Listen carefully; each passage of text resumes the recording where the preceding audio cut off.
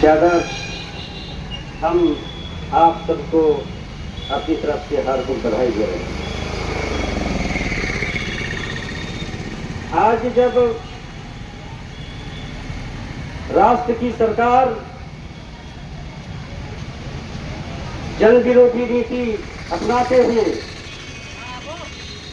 अल्पसंख्यकों के खिलाफ एक नया साजिश शुरू किया है, क्योंकि आप सभी जानते हैं जब देश का बंटवारा हुआ, पंजाब हरियाणा में लाखों मस्जिदें, ईदगाह, दरगाहें और भी जो वक्त की जमीन थी वो अब तक बहुत सारी जमीन बेहाथ हो गई, जिसका कोई अता पता नहीं है।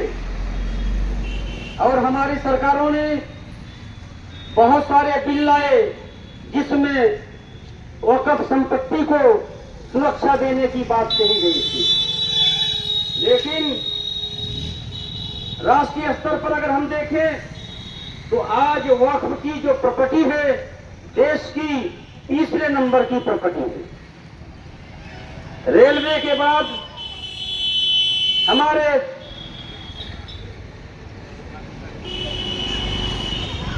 पुलिस प्रशासन के पास जो जमीनें हैं सुरक्षा के लिए, और तीसरी जो जमीन है वो वक्फ की जमीन।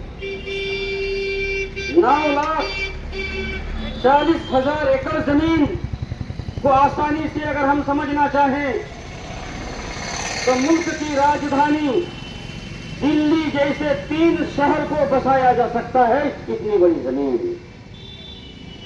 और वो जमीन कोई मामूली जमीन नहीं, वो जमीन है मुंबई में हमारे प्रधानमंत्री के मित्र अंबानी का जो 14 ताला बिल्डिंग जिस जमीन पर बना हुआ है वो जमीन भी वक्फ का है।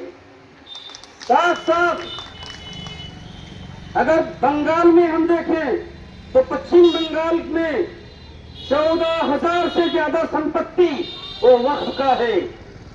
ज्यादातर जमीनों को लूट लिया गया और वो मामूली जमीन नहीं है, बल्कि कोलकाता का राजभवन और ईडन गार्डन की जो जमीन है वो भी वक्फ की जमीन है।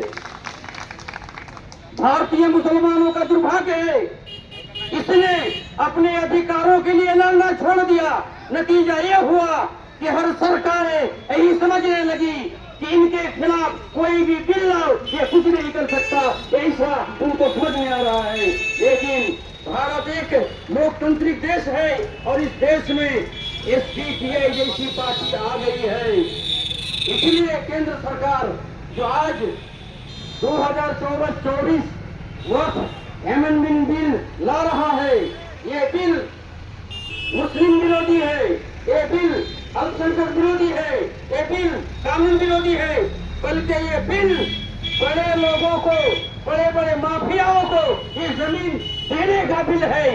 इसलिए एसडीपीआई पार्टी राष्ट्रीय स्तर पर इस बिल के खिलाफ एक जबरदस्त मुहिम छेड़ा है। और आज केरल से लेकर कर्नाटक से लेकर तमिलनाडु से लेकर के आंध्रा से लेकर के उत्तर प्रदेश से लेकर बिहार, और बिहार से लेकर बंगाल, और बंगाल से लेकर के झारखंड, यानी सारा हिंदुस्तान और सारे हिंदुस्तान के मुसलमान इस बिल के खिलाफ जाग चुके हैं। इसका एक सबूत है आज पाकुड़ में ये धरना प्रदर्शन। हम केंद्र सरकार से मांग करते हैं कि आप फौरन ये अल्पसंख्यक विरोधी, मुस्लिम विरोधी बिल को आप वापस ले लीजिए। अगर आप वापस नहीं लेंगे ये बिल तो एसडीपीआई के कार्यकर्ता सड़क से लेकर के कोर्ट तक आपको या जो इस बिल में शामिल होगा उनको घसीटने का काम करेगा। इस बात की चेतावनी हम दे रहे हैं। अगर ये एसडीपीआई की जो मांग है इसको नहीं माना गया, इस पर अगर जेपीसी की जो कमेटी है उसने इस पर अगर गौर नहीं किया तो हम चरणबद्ध इस आंदोलन को पूरे भारतवर्ष में हम इस तरीके से ले जाएंगे और सरकार को हम झुकाने का काम करेंगे। ये इस बात को आप यकीन जानिए। इसलिए हम हमारे डिपार्टमेंट के लोग, आईबी के लोग, स्पेशल ब्रांच के लोग, इनसे हम आग्रह करते हैं कि आप एसडीपीआई का संदेश, झारखंड के मुसलमानों का संदेश आप केंद्र सरकार को पहुंचा दीजिए। हमारे अल्पसंख्यक अफेयर्स मिनिस्टर किरण रिजिजू को पहुंचा दीजिए कि अगर आपने इस बिल के साथ छेड़छाड़ किया तो एसडीपीआई और भारत के मुसलमान आपको छोड़ने वाले नहीं है, बल्कि डेमोक्रेटिक सड़क में रह करके उसके खिलाफ संघर्ष किया जाएगा। यही हमारा नारा है। साथियों, आज हम सड़क पे क्यों आए हैं? आप जानते हैं कि 2014 के बाद ये सरकार जो बिल ला रही है, ऐसा लग रहा है इस सरकार के दिल में नफरत भरा हुआ है। क्योंकि जब किसान के खिलाफ जब बिल लाए थे तो किसान सड़क पे उतर करके और जबरदस्त प्रोटेस्ट किया, आपने देखा होगा।